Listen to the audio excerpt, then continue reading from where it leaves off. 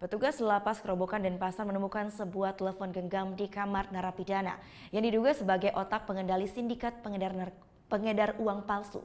Pihak lapas akan menyerahkan barang bukti telepon genggam tersebut kepada penyidik Barreskrim Mabes Polri. Tertangkapnya 4 anggota sindikat pengedar uang palsu di Semarang pekan lalu menyeret nama seorang napi Lapas Kerobokan Denpasar berinisial A. Dari hasil penyelidikan Barreskrim Mabes Polri, A adalah ayah dari salah seorang tersangka berinisial S, merupakan otak sindikat ini.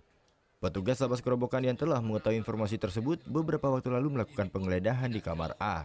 Sudah di tempat itu sudah dilakukan penggeledahan oleh petugas lapas dan HP-nya sudah diamankan dan besok datang kepolisian akan diserahkan HP-nya itu. Jadi memang dia ternyata bawa HP ya? Ada HP kecil ya. Apa dalam beritanya? Hanya HP satu. Pihak Lapas Kerobokan belum mengetahui isi percakapan di dalam telepon genggam milik A karena hal tersebut masuk ranah penyidikan Barreskrim Polri. Pengakuan A kepada petugas lapas, dirinya membantah sebagai pengendali peredaran uang palsu di Semarang. Namun untuk memastikan hal tersebut, lapas menyerahkan proses penyidikan kepada Barreskrim. Sampai saat ini pihak lapas belum mengetahui kapan Barreskrim akan tiba di Denpasar untuk menindaklanjuti temuan tersebut. Muhammad Hasanuddin melaporkan untuk NET.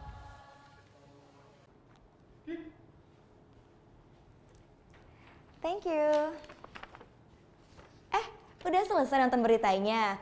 Jangan pergi dulu dong. Subscribe dulu dan nonton tayangan lainnya di sini. Subscribe, nonton lagi. Subscribe, nonton lagi.